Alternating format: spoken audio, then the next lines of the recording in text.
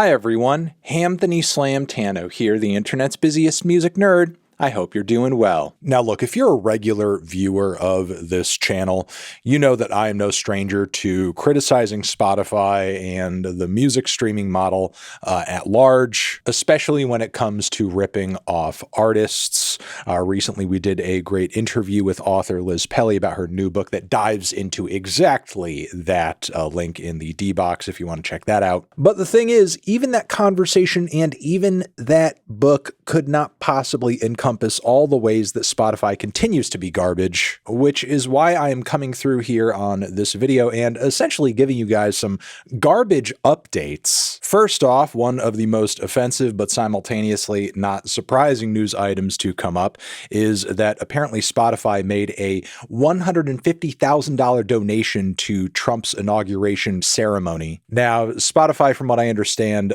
defended this whole thing, talking about it being kind of like business as usual, and they often will host political things and such as money is changing hands or they're showing support for certain figures in political office. But yeah, I guess in a way this is not particularly new or anything, given that Spotify has actually spent quite a bit of money lobbying the US government over the years. I guess we shouldn't be surprised to find out that they are continuing under the Trump administration, but it's kind of funny to see this action coming from a company that supposedly cares about its user base of listeners and artists that are essentially its lifeblood, especially given just how many queer fans and singers and rappers and producers helped contribute to some of the biggest and most hit records of last year that Spotify probably made millions and millions and millions of dollars off of. The reason I bring them up specifically is because of the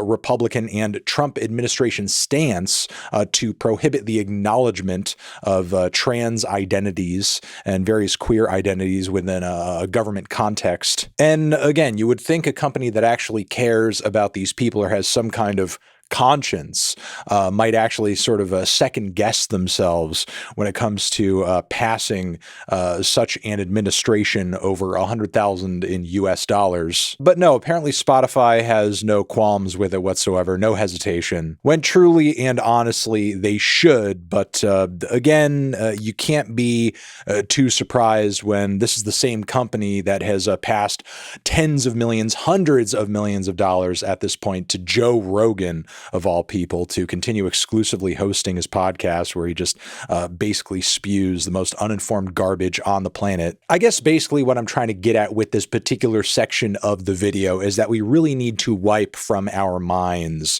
the thought and the false understanding that companies such as Spotify are like, independent rogue figures that help change the face of the music industry, and they're not big, well-connected, super influential, powerful corporations. That's in fact what they are. There are sides to this dichotomy, and they are on a particular one, and it's the side of the rich, of the powerful, and the well-connected. Case in point, CEO Daniel Ek has continued his stock cash out grind. We have reported on this channel multiple times that Daniel has essentially enriched himself to the tune of millions and millions of millions of dollars by gradually cashing out his Spotify stock shares.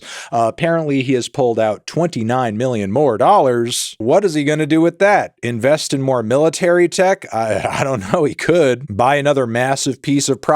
Time will only tell. Lord knows one thing he's not going to be doing with that money is giving it to musicians. That cash is much more likely to end up in the pocket of a military contractor or a far-right politician. And shout out to theneedledrop.com as well as writer Victoria Barlando, who put up this recent piece pointing to the fact that Spotify and UMG are entering a multi-year partnership to restructure monetization and subscription services. Reminder that the major labels currently still own a financial stake stake in Spotify. And for years now, the exclusive deals that Spotify has inked with the majors and what that means for the artists that they have signed to their label and how money and payments are structured, the wheelings and dealings and details of these agreements are not fully transparent. But you know that the majors have made sure that their I's are dotted and their T's are crossed, and they're fully aware of how all of it works, making them fully complicit of Spotify's mass robbery of artists across the board. And apparently this agreement is going to be ushering in something very ominous that is being dubbed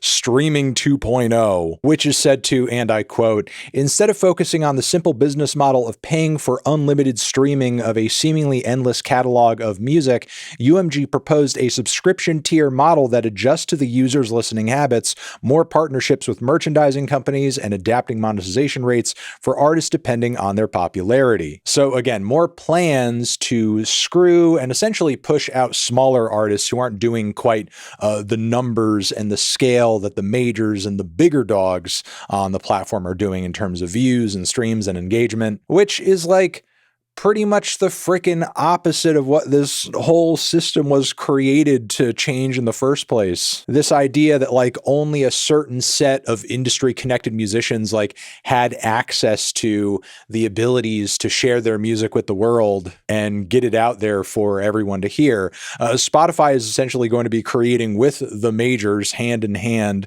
a hierarchy that pretty much says to any small artist that isn't coming in with a lot of big buzz or a lot of music industry endorsements, hey, fuck you. If we even allow you to upload your shit onto our platform, you can pretty much expect it to end up in a dead zone where, due to your lack of popularity, you're either going to see a lack of exposure or really a total and utter lack of money, even if you do get some streams or some engagement. I mean, the whole intention behind this is made even clearer by this Daniel Ek quote in the article, where he essentially promises growth for the music industry, not musicians, not music, but the industry around it. There's more to this piece on theneedledrop.com, and we will link you to it down in the description box again. Feel free to let us know what you think about all of this in the comments. I am sure you will. Over here next to my head is another video that you can check out. Hit that up or the link to subscribe to the channel.